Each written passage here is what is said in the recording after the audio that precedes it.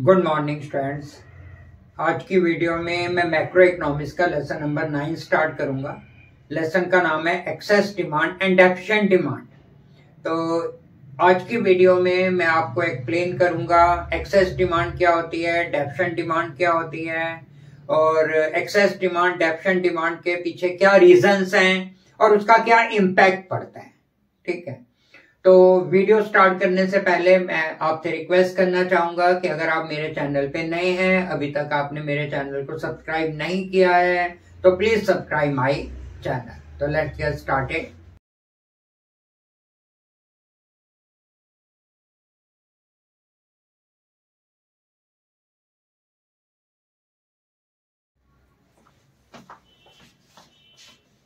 सबसे पहले excess demand का मीनिंग स्टार्ट करते हैं। तो what is excess demand? Excess demand एक ऐसी सिचुएशन है when aggregate demand is more than aggregate supply. आपको पता है कि एक इकोनॉमी में फुल एम्प्लॉयमेंट लेवल पे aggregate demand should be equal to aggregate supply. ठीक है, लेकिन क्या होता है कि किसी कारण से जब एग्रीगेट डिमांड ज्यादा हो जाती है जितनी की रिक्वायर है फुल एम्प्लॉयमेंट लेवल पे, तो जब एग्रीगेट डिमांड एग्रीगेट सप्लाई से ज्यादा हो जाती है फुल एम्प्लॉयमेंट लेवल पे, तो उस कंडीशन को हम एक्सेस डिमांड बोलेंगे। ठीक है, और ये जो गैप आ जाता है कि कितनी डिमांड एक्सेस है कितनी डिमांड ज्यादा है, उस गैप को बोलेंगे इन्फ्लेशनरी गैप। ठीक है, it is called inflationary gap because it causes inflation in the economy. Inflation मतलब कि प्राइस लेवल बढ़ना शुरू हो जाएगा। ठीक है, देखो अब इसको एक्सेस डिमांड क्या होती है। Excess demand refers to the situation when aggregate demand is more than aggregate supply corresponding to full employment level in the economy. ये जरूर लिखना है आपने, corresponding to full employment level in the economy. It is an important concept. Full employment level, कई बार student definition लिखते हैं तो फुल एम्प्लॉयमेंट लेवल लिखते नहीं, वो सिंपल लिख देते हैं कि aggregate demand is more than aggregate supply, this situation is called excess demand. तो नहीं, corresponding to full employment level. तो देखो डेफिनेशन में ये लिखा है कि excess demand refers to a situation when aggregate demand is more than aggregate supply corresponding to full employment level in the economy.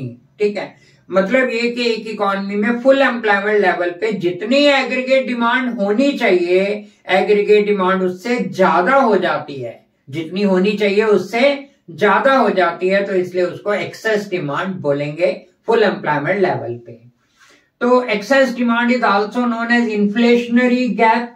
ये जो एक्सेस डिमांड है इसको हम इन्फ्लेशनरी गैप भी बोलते हैं।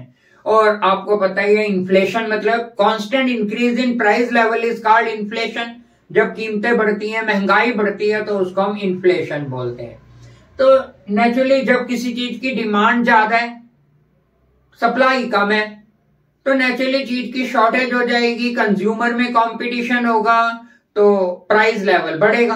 ठीक है, तो इसलिए कह रहा है कि एक्सेस डिमांड की सिचुएशन में क्या होता है, जनरल प्राइस लेवल इंक्रीज होना शुरू हो जाता है। तो that is why it is called inflationary gap. तो excess demand is also known as inflationary gap because it causes inflation in the economy. तो एक्सेस डिमांड के कारण एक इकोनॉमी में इन्फ्लेशन होना स्टार्ट हो जाता है, प्राइस लेवल बढ़ना शुरू हो जाता है। तो that is why it is known as inflationary gap. Now what is the meaning of inflationary gap? वो होता क्या इन्फ्लेशनरी गैप? ठीक है, तो वो डायग्रामेटिकली एक्सप्लेनेशन है इसका। तो inflationary gap is an instrument. Inflationary gap क्या है? इन्फ्लेशनरी गैप एक इंस्ट्रूमेंट है टू मेजर एक्सेस डिमांड। ठीक है, एक बार फिर देख लो, inflationary gap is an instrument to measure excess demand. तो इन्फ्लेशनरी गैप एक ऐसा इंस्ट्रूमेंट है जिससे हम मेजर करते हैं कि एक्सेस डिमांड कितनी एक्सेस है, डिमांड ज्यादा एक्सेस है या कम एक्सेस है, कितनी ज्यादा है।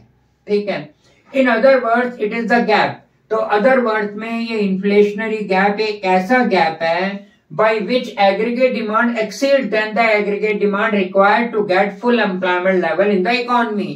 मतलब एक इकोनॉमी में फुल एम्प्लॉयमेंट लेवल पे जितनी डिमांड होनी चाहिए, डिमांड उससे कितनी ज्यादा है, बीच में जो गैप आ जाता है उस गैप को बोलेंगे इन्फ्लेशनरी गैप। ठीक है, it is called inflationary because it causes general price level to rise in the, इसको इन्फ्लेशनरी गैप इसलिए बोला है क्योंकि इससे एक इकोनॉमी में जनरल प्राइस लेवल इंक्रीज होना शुरू हो जाता है। The concept of excess demand inflationary gap can also be explain through the help of a diagram. ये जो इन्फ्लेशनरी गैप या एक्सेस डिमांड का कंसेप्ट है, अब उसको एक डायग्राम से भी एक्सप्लेन कर सकते हैं, ठीक है। The concept of inflationary gap can also be explain through the help of this diagram. तो देखो डायग्राम अब कैसे बनेगा। तो एक्स एक्सिस पे हमने इनकम लिया और वाई एक्सिस पे हमने एग्रीगेट डिमांड ली है। तो 45 डिग्री लाइन बनानी है हमने सबसे पहले। तो ये 45 degree line, this is aggregate supply curve, ठीक है, and we will make aggregate demand curve, and you know aggregate demand curve start above the origin. तो ये एग्रीगेट डिमांड कर्व हो गया AD, means C plus I curve. Aggregate demand curve is also known as C plus I curve in two sector economy model. अब ये दोनों curve aggregate demand and aggregate supply curve E point पे एक दूसरे को intersect कर रहे हैं, ठीक है। मैं नीचे लिखता हूं ई पॉइंट। तो ई पॉइंट पे इंटरसेक्ट कर रहे हैं। तो E point is the full employment. एक इकोनॉमी में इस पॉइंट पे फुल एम्प्लॉयमेंट है, ठीक है। फुल एम्प्लॉयमेंट मीन्स के all factors of production are employed, there is no idle capacity in the economy. मतलब जितने भी सारे फैक्टर्स ऑफ प्रोडक्शन उनको काम मिल जाता है, कोई फैक्टर्स ऑफ प्रोडक्शन बेकार नहीं बैठा, ठीक है। तो इस फुल एम्प्लॉयमेंट लेवल के ऊपर इनकम का लेवल है, इनकम का, आउटपुट का, एम्प्लॉयमेंट का O Y is the level of income. तो ये फुल एम्प्लॉयमेंट लेवल है। अब क्या होता है, किसी कारण से एग्रीगेट डिमांड राइज कर जाती है, एग्रीगेट डिमांड इंक्रीज कर जाती है, and as you know when aggregate demand rises this AD curve will shift upward, ठीक है। जब एग्रीगेट डिमांड बढ़ जाएगी तो एडी कर्व जो है नीचे से ऊपर की ओर चला जाएगा। ये पैरेलल आपने इंक्रीज करना है और ये स्केल से आपने बनाना है।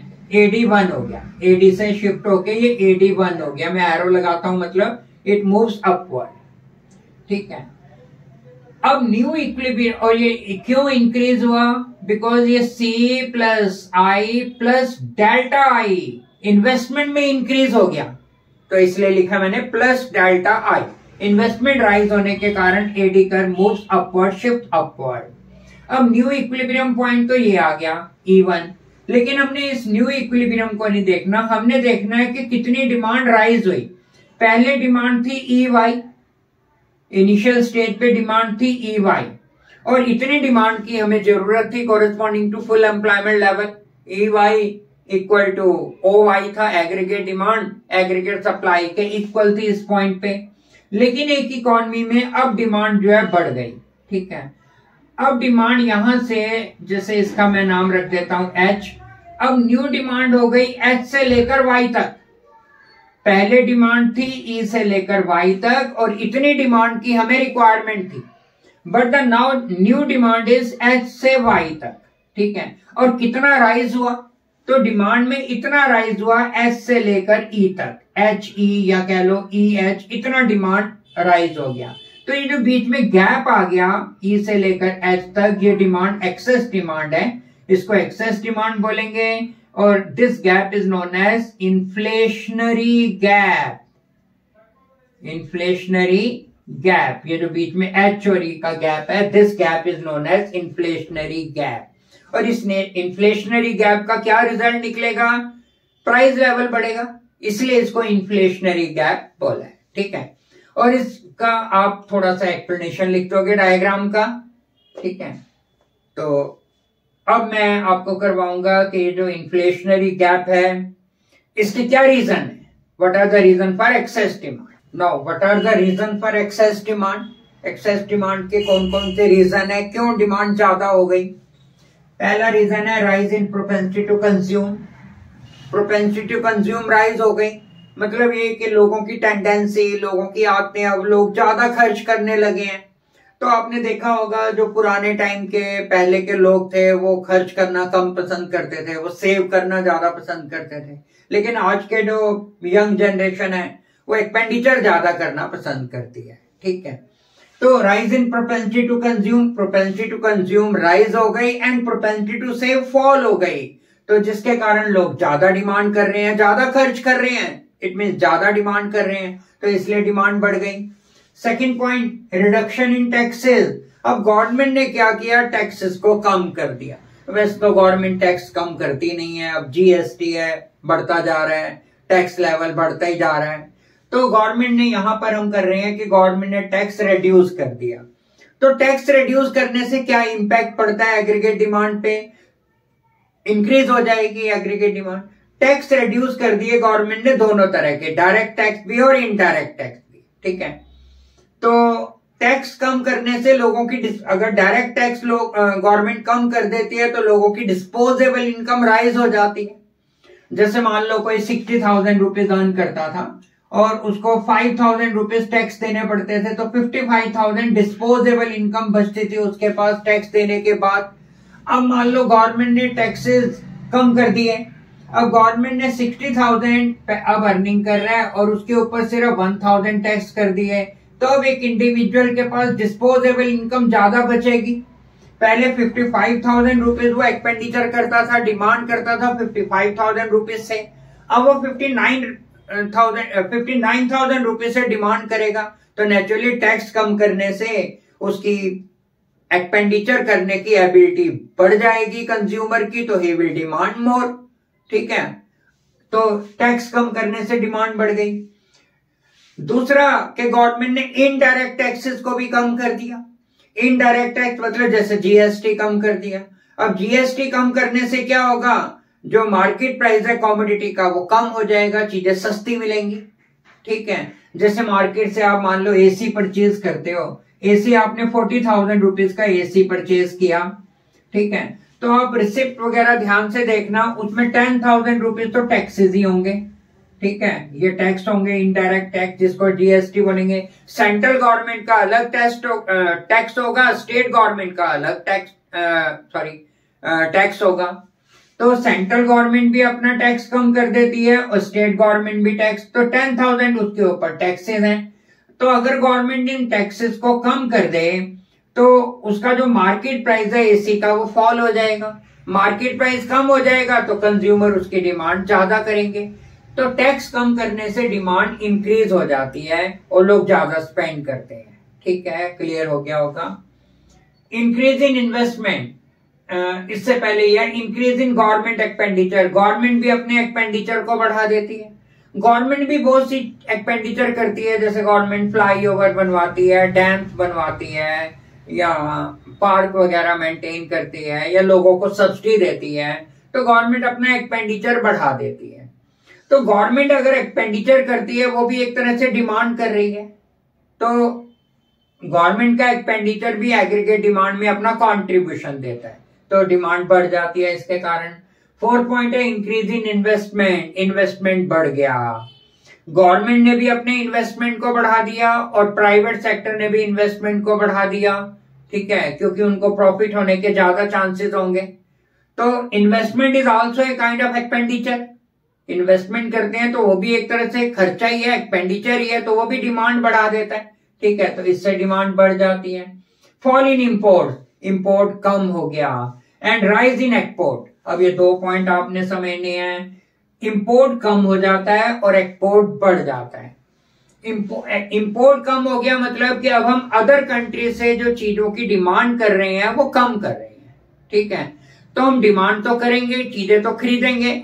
जैसे मान लो हम टेलीफोन वगैरह, मोबाइल फोन चाइना से इंपोर्ट करते थे, अब हमने इंपोर्ट करने कम कर दिए, ठीक है, कोई भी रीजन हो सकता है। तो चाइना से हम फोन इंपोर्ट नहीं कर रहे, फोन तो हमें यूज करना ही है, तो हम क्या करते हैं, वो जो फोन है मतलब मोबाइल फोन है वो domestically produce mobile phone use करते हैं। तो इससे हमारी कंट्री में डिमांड बढ़ जाएगी डोमेस्टिकली प्रोड्यूस गुड्स की, ठीक है। इंपोर्ट कम होने से हम डिमांड करेंगे, कौन सी चीजों की डिमांड करेंगे, जो हमारी कंट्री में बन रही है उन चीजों की। तो इससे हमारी कंट्री में डिमांड, एग्रीगेट डिमांड राइज हो जाएगी इंपोर्ट फॉल होने से।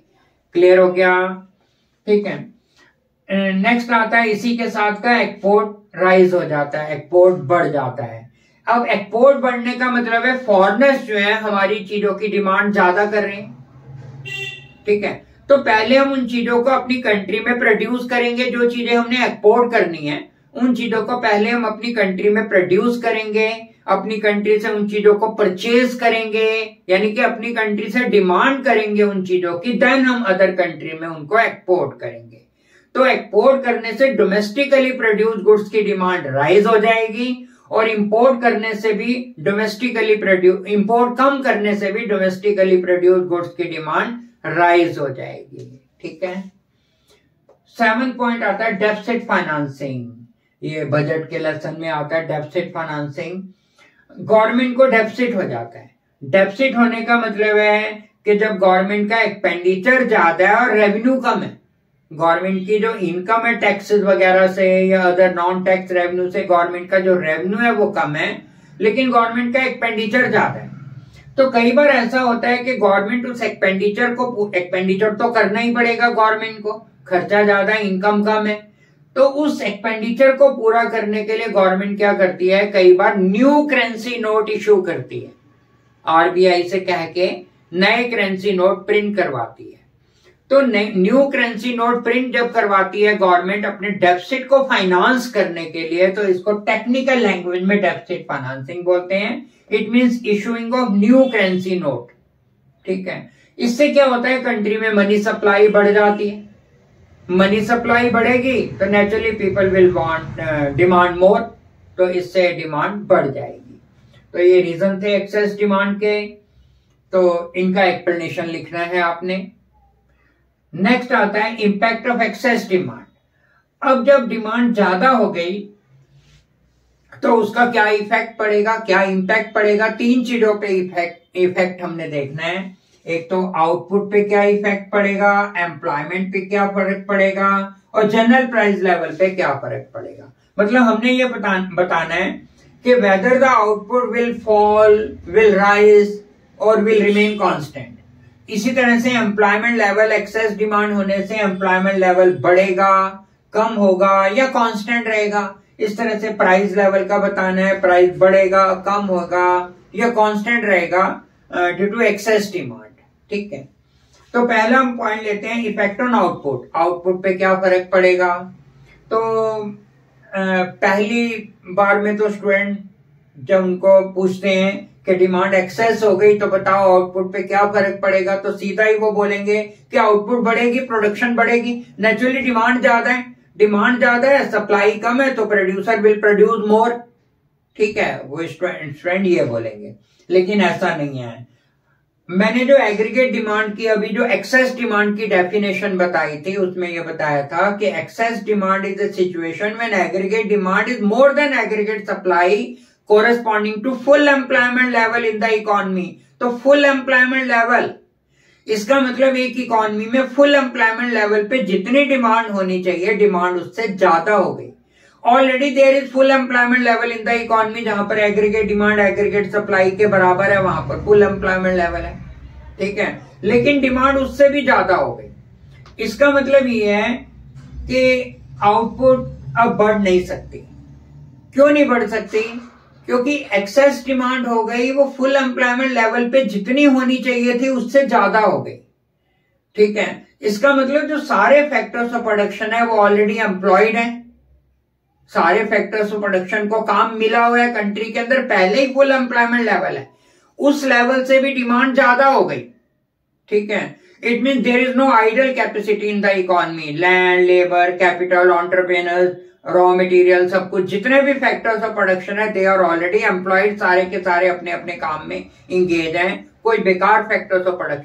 अगर हम आउटपुट बढ़ाएंगे, बढ़ाना चाहते हैं आउटपुट, तो हमें और ज्यादा फैक्टर्स ऑफ प्रोडक्शन चाहिए, और ज्यादा लैंड चाहिए, और ज्यादा लेबर कोई मान के चलो तो हमें और लेबर चाहिए।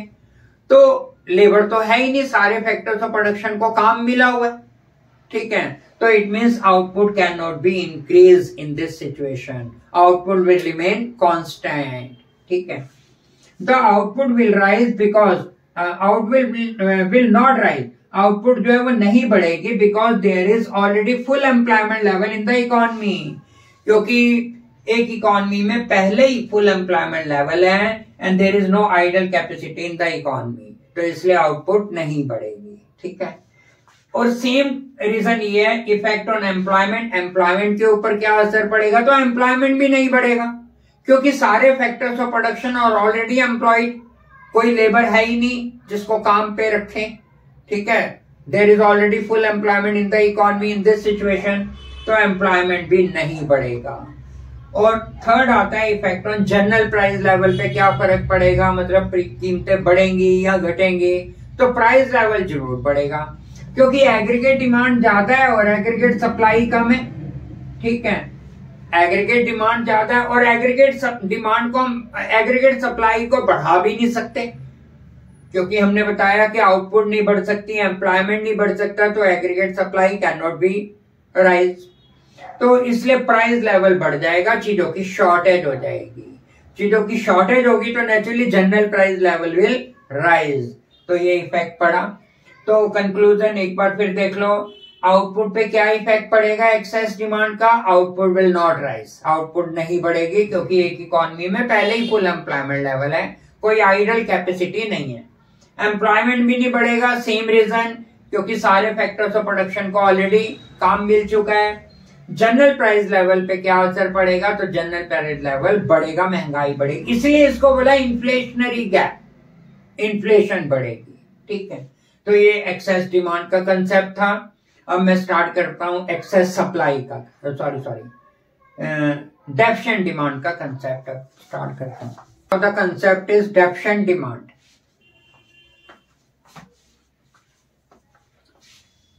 Now the concept is deficient demand. तो डेफिशिएंट डिमांड क्या होती है, ये बिल्कुल एक्सेस डिमांड के अपोजिट है।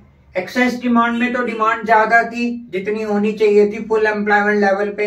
अब डेफिशिएंट डिमांड इसके में क्या होगा, डेफिशिएंट डिमांड कम होगी, जितने की फुल एम्प्लॉयमेंट लेवल पे रिक्वायरमेंट है, डेफिशिएंट डिमांड उससे कम होगी। तो देखते हैं deficient demand. Deficient demand is a situation when aggregate demand is less than aggregate supply corresponding to full employment level in the economy. तो जैसे मैंने एक्सेस डिमांड का भी बताया था कि फुल एम्प्लॉयमेंट लेवल स्टूडेंट ने जरूर लिखना है, अदरवाइज मार्क्स डिडक्ट हो जाएंगे। तो corresponding to full employment level. तो डेफिशिएंट डिमांड का मतलब है कि एग्रीगेट डिमांड एग्रीगेट सप्लाई से कम रह जाती है corresponding to full employment level. मतलब ये कि एक इकोनॉमी में फुल एम्प्लॉयमेंट लेवल को मेंटेन करने के लिए जितनी एग्रीगेट डिमांड की जरूरत है, एग्रीगेट डिमांड उससे कम रह जाती है। और जितनी कम रह जाती है, जो गैप आ जाता है, उस गैप को बोलेंगे डिफ्लेशनरी गैप। तो what is deflationary gap?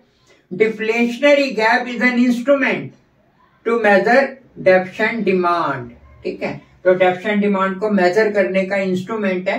Deflationary gap से हमें यह पता लगता है कि डेफिशिएंट डिमांड कितनी डेफिशिएंट है, मतलब कम डिमांड कितनी कम है, जितनी क्या होनी चाहिए उससे कितनी कम है।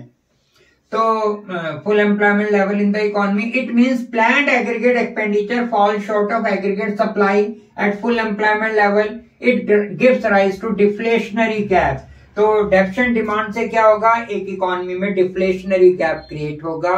डिफ्लेशनरी गैप मतलब कि इन्फ्लेशन का अपोजिट। इन्फ्लेशन में तो प्राइस लेवल राइज होना शुरू हो जाता है, और डिफ्लेशनरी गैप में क्या होगा, प्राइस लेवल रिड्यूस होना शुरू हो जाएगा, इसलिए इसको डिफ्लेशनरी गैप बोला है।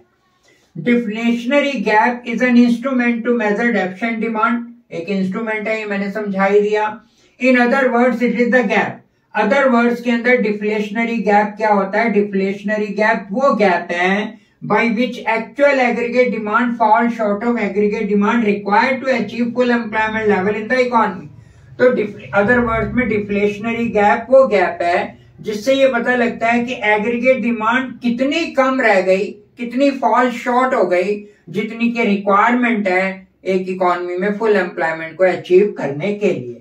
The concept of deflationary gap can also be explained with the help of a diagram. तो डिफ्लेशनरी गैप के कंसेप्ट को अब एक डायग्राम से कंसिडर करते हैं। तो इस डायग्राम को देखो ध्यान से। इस डायग्राम के अंदर aggregate demand is the aggregate demand कर, ये लाइन C+I कर एग्रीगेट डिमांड कर्व है upward sloping, and 45 degree line is aggregate supply curve, ठीक है। E पॉइंट पे एग्रीगेट डिमांड कर्व और एग्रीगेट सप्लाई कर both curve intersect each other at point E। E is the point of full employment level. तो यहाँ पर full employment level है। इस ई पॉइंट पे एग्रीगेट डिमांड एग्रीगेट सप्लाई के इक्वल है, जितनी होनी चाहिए फुल एम्प्लॉयमेंट लेवल पे, यहाँ तो इक्वल है। इस पॉइंट पे एग्रीगेट डिमांड ई वाई है और एग्रीगेट सप्लाई ओ वाई है, both are equal to each other. अब किसी कारण से क्या होता है, एक इकोनॉमी में एग्रीगेट डिमांड कम रह जाती है, और एग्रीगेट डिमांड जब कम हो गई तो AD curve will shift downward, AD 1 हो गया, ऊपर से नीचे आ गया, C plus I minus delta I. अब क्यों कम हुआ aggregate demand? Because investment fall short, क्योंकि इन्वेस्टमेंट कम हो गई इसलिए लिख दिया माइनस डेल्टा आई। ठीक है, अब न्यू इक्विलिब्रियम तो यहां पर है, लेकिन हमने यहां नहीं देखना, हमने देखना है कि डिमांड कितनी कम रह गई। तो इस पॉइंट का नाम मैं रख देता हूं एल। पहले तो डिमांड थी ई से लेकर वाई तक, अब डिमांड रह गई एल से लेकर वाई तक। तो कितनी कम हुई? तो डिमांड ई से लेकर एल तक कम हुई। ये जो गैप हो गया ई एल का, ई और एल का, इस गैप को बोलेंगे डिफ्लेशनरी गैप, डिफ्लेशनरी गैप। ठीक है, तो अब आपको ये समझ आ गया होगा।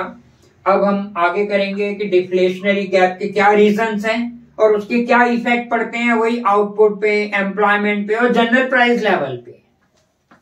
Now reason for deficient demand. अब डेफिशिएंट डिमांड हुई तो उसके क्या रीजंस हैं, क्यों हुई? जो पहले हमने एक्सेस डिमांड के रीजंस किए थे, सेम वही पॉइंट है, बस फर्क सिर्फ यह है कि उन्हीं पॉइंट को हमने रिवर्स कर दिया है। ठीक है, जैसे फर्स्ट पॉइंट था पहले जब एग्रीगेट डिमांड एक्सेस डिमांड थी, तो उसमें कहा था increase in propensity to consume, के लोगों की खर्च करने की आदतें बढ़ गई, तो इस कारण वो डिमांड ज्यादा कर रहे हैं। अब इसका अपोजिट है, decrease in propensity to consume, लोगों की प्रोपेंसिटी टू कंज्यूम कम हो गई, खर्च करने की टेंडेंसी कम हो गई। अब लोग खर्च कम कर रहे हैं और सेव ज्यादा कर रहे हैं, तो naturally aggregate demand will fall short, aggregate demand कम हो गई। और वीडियो अगर पसंद आ रहा है तो please like, share and subscribe my channel. And second point है इंक्रीज इन टैक्सेस। गवर्नमेंट ने टैक्सेस बढ़ा दिए दोनों तरह के, डायरेक्ट टैक्स भी इंक्रीज हो गए, इनडायरेक्ट टैक्स भी इंक्रीज हो गए। तो नेचुरली जब महंगाई बढ़ गई, लोगों ने, गवर्नमेंट ने टैक्सेस इंक्रीज कर दिए, जीएसटी बढ़ा दिया, तो क्या होगा? चीजें महंगी हो जाएंगी, प्राइस लेवल बढ़ जाएगा, तो पीपल विल डिमांड लेस, तो इसलिए लोगों ने डिमांड कम कर दी। ठीक है, थर्ड है डिक्रीज इन गवर्नमेंट। गवर्नमेंट ने भी अपने एक्सपेंडिचर को कम कर दिया, तो जब गवर्नमेंट एक्सपेंडिचर करती है तो डिमांड बढ़ती है, गवर्नमेंट ने खर्चा कम कर दिया तो डिमांड कम हो गई। फॉल इन इन्वेस्टमेंट, इन्वेस्टमेंट भी कम हो गया, और जैसे कि आपको पता है investment is also a kind of expenditure. ठीक है, तो इन्वेस्टमेंट कम हो गया जिससे कि डिमांड कम हो गई। Rise in import and fall in export, import बढ़ गया। इंपोर्ट बढ़ने का मतलब है कि अब हम किसी अदर कंट्री से सामान इंपोर्ट कर रहे हैं, किसी अदर कंट्रीज की चीजें परचेज कर रहे हैं, अपनी कंट्री की चीजें तो परचेज ही नहीं कर रहे हैं, तो इससे हमारी कंट्री में गुड्स एंड सर्विसेज की डिमांड कम हो जाएगी। जिस कंट्री से हम इंपोर्ट कर रहे हैं उस कंट्री में गुड्स एंड सर्विसेज की डिमांड राइज होगी। ठीक है, तो इंपोर्ट करने से हमारी डोमेस्टिकली प्रोड्यूस गुड्स की डिमांड कम हो जाती है। और फॉल इन एक्सपोर्ट, एक्सपोर्ट कम हो गया। एक्सपोर्ट कम होने का मतलब कि अदर कंट्रीज ने हमारी चीजें इंपोर्ट करनी कम कर दी, तो अगर हम इंपोर्ट एक्सपोर्ट ज्यादा करेंगे तो इससे हम अपनी कंट्री की चीजें परचेज करके तो एक्सपोर्ट करते हैं, लेकिन एक्सपोर्ट अब कम हो गया तो जिससे हमारी कंट्री में डिमांड कम हो गई। ठीक है, अब इम्पैक्ट ऑफ डेफिशिएंट डिमांड। अब डेफिशिएंट डिमांड का क्या इफेक्ट पड़ेगा आउटपुट पे, एम्प्लॉयमेंट पे और जनरल प्राइस लेवल पे। हमने ये बताना है कि डिमांड अब कम है तो उससे आउटपुट बढ़ेगा या घटेगा या कांस्टेंट रहेगा। तो आउटपुट जो है फॉल हो जाएगा, कम हो जाएगा, क्योंकि डिमांड कम है। Aggregate demand is less than aggregate supply. तो आपको पता है डिमांड कम है, तो डिमांड कम है और सप्लाई ज्यादा है, प्रोड्यूसर के पास अनसोल्ड स्टॉक इकट्ठा होता रहेगा, प्रोड्यूसर के पास इन्वेंट्री बढ़ती जाएगी जो बिक नहीं रहा। पहले तो अपने पुराने स्टॉक को वो क्लियर करना चाहेंगे, तभी तो वो फर्दर प्रोडक्शन करेंगे, तो इसका मतलब प्रोडक्शन आउटपुट लेवल वो कम कर देंगे प्रोड्यूसर्स, क्योंकि उनका सामान बिक नहीं रहा, डिमांड कम है। तो आउटपुट पे क्या असर पड़ा? Because aggregate demand is less than aggregate supply, inventory will rise. Inventory मतलब प्रोड्यूसर के पास स्टॉक बढ़ जाएगा, प्रोड्यूसर के पास to clear the unwanted increase in inventory they will produce less. तो जो उनके पास अनवांटेड स्टॉक इकट्ठा होता चला जा रहा है उसको क्लियर करना चाहेंगे पहले, उसको बेचना चाहेंगे पहले, तो उसको बेचने के लिए वो क्या करेंगे, क्लियरली आउटपुट विल फॉल। तो पहले अपने पुराने स्टॉक को क्लियर करेंगे, तब तक वो आउटपुट कम कर देंगे। ठीक है।